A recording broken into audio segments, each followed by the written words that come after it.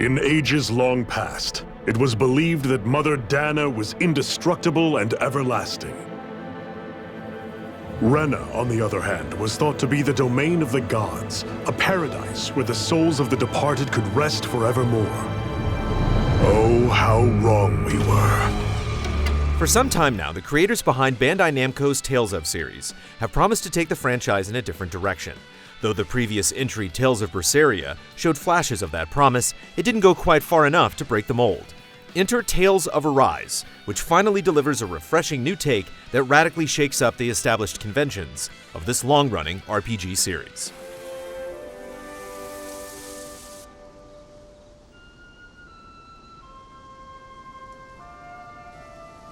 We're finally here. This is clear from the opening minutes, as Arise puts Unreal Engine 4 to good use, delivering stunning visuals that surpass anything previously seen in past installments. Characters, enemies, and environments all look spectacular with captivating designs that draw you further into this gorgeous world. The only small blemish on an otherwise amazing effort is the frequent popping while walking through these massive areas.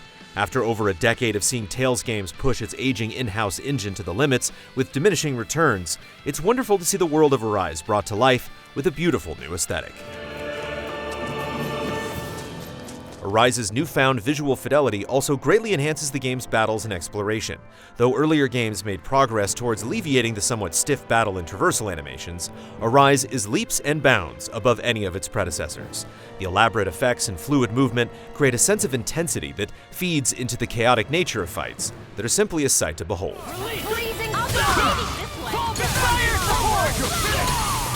At its core, the battle system is still very familiar to series veterans, but Arise throws on several new flashy layers that eventually elevate the combat, despite it feeling like button mashing in the early goings. You still throw out basic attacks in succession and weave in special abilities called arts to perform combos, but now you can trigger assist-like abilities from individual party members that can serve as both a creative extension of your current combo, or more uniquely, as a specialized call to action. I think not. Get up! The barrier's been broken! These assists realize a new element of strategy that comes into play quite often, especially in boss encounters. At times, a visual or audio cue will make you aware of opportune moments to call for assistance. For instance, your mage Rinwell can interrupt an enemy casting a spell before it can unleash its devastation. It's quite satisfying to decide whether to use one of these assists for offensive purposes, such as extending a combo, or to pocket it to potentially stop an attack that could wipe out your party. This ends now! Consider yourself finished! Arise throws a lot of new mechanics and systems at you over the course of the first few hours, but as overwhelming as it all seems, you can focus on the basics and get by for the most part on the normal difficulty setting. However, the boss battles are a huge step above remedial battles in terms of complexity and difficulty, and overcoming each feels immensely gratifying. While the bulk of the game isn't very challenging, roughly 2/3 of the way through, it definitely steps things up, requiring you to burn through lots of items and to invest in better gear to survive. It makes getting through some of these later gauntlets feel like an achievement, though not always a satisfying one, as a few of these areas run a bit on the long side, with some excessive backtracking. Okay, people, this is it.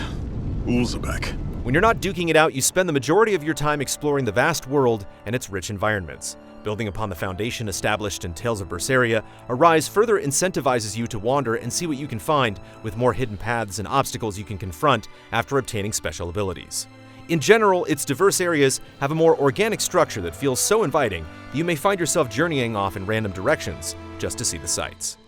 What is this place? Some kind of armory? Looks like they're more for decorative purposes than actual combat. While the main story takes you through most of these areas, taking on the many side quests nudges you to more remote destinations every now and then. The majority of these diversions don't really stand out in terms of what they ask you to do, but several offer further insights into the characters or various locations you get to know. One major downside to the side quest system is that they don't specify a recommended level for each task. It's not an issue for a good portion of the game, but in the later segments, it's all too easy to get into a situation where you're way over your head without fair warning. Hey, hang in there. Hey! Damn it! Another standout element of Arise is its post-game content. The usual fare of high-level side quests with tougher bosses is present, but one of them in particular is something special. All we can say is that Tales fans are in for a treat, so buckle up. Other seemingly insane challenges also await, but if you've had enough fighting, you can also dive into a fun fishing side quest or track down hidden owls and return them back to their forest for cosmetic rewards to make a fashion statement. The true endgame. Listen, I get it. You care how you look. But we've got places to...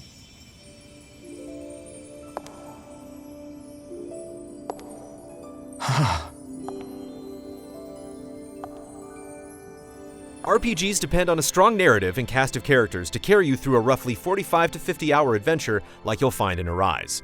The Tales series has had its highs and lows, but it feels like the writing team finally delivers something here that's truly evolved with the times. Though Arise still has its fair share of anime tropes, the story appeals to a much broader audience with perhaps its most ambitious take yet. Even though the previous entries have featured darker storylines, Arise easily pushes the envelope from the very start by tackling topics like racism, slavery, and supremacism. For the most part, it doesn't try to neatly solve these issues either, as characters constantly struggle with the ramifications of their decisions. Would they be truly free if all they did was follow my orders and die without knowing what it was they were doing? But that's... Being a slave isn't just a position. It's also a state of mind. Yet through these unsettling themes, your expanding party of characters, all with their own terrible pasts, slowly comes together to form a bond that feels more genuine than any past attempts in the series. The dialogue flows very well, and thanks to solid voice work, interactions feel more natural. This very well might be the best ensemble cast of any Tales game. The only small blemish when it comes to the VO is a long-standing feature of many JRPGs, excessive chit-chat and battle cries in combat. Though some may find them enjoyable, the lack of any option to curtail them is regrettable for those who find them annoying. Rising Wyvern! Swallow Blade! Fury! Here I go! Here. It's over! Though it still features a handful of gorgeous 2D animated cutscenes like its predecessors, Arise notably ditches this aesthetic for its trademark character skits in favor of using in-game visuals with a panel presentation akin to comic books or manga. The new style definitely works well and helps preserve the visual continuity between gameplay and conversations. If anything, it makes the 2D animated sequences, as elaborate and well done as they are, feel like they're out of place and more of a novelty than ever, like the FMVs of old. Do you sense one of your friends, Hoodle? Rise's soundtrack features a handful of standout tunes that effectively uses vocals to achieve a regal sound. If it were simply a case of quality over quantity, it would be an impressive effort, but the overuse of the same tracks in multiple areas diminishes their potency. I've got a really bad feeling about this. After previous attempts only achieved half measures, Tales of Arise finally takes the series in a new direction. There are sure to be veterans who lament some of the changes in the name of expanding the audience, but the risks taken here pay off nicely. The visuals are a marked improvement from any previous entry, and the combat looks and feels better than ever, even if it comes at the cost of losing some depth. Arise's narrative admirably tackles some ambitious themes, though not all beats hit their mark.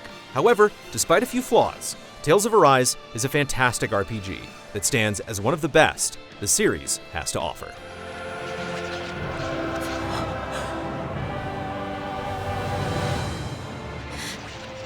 A blazing sword? But how?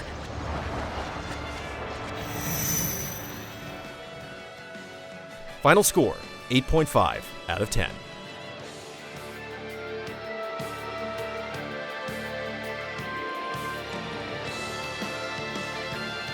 Easy Allies reviews are made possible by generous viewers just like you. If you like what you see, check out patreon.com/easyallies to help us make more. For just $1 a month, you can gain access to weekly updates, spoiler discussions, and exclusive shows. Demons descend! Flashing fist!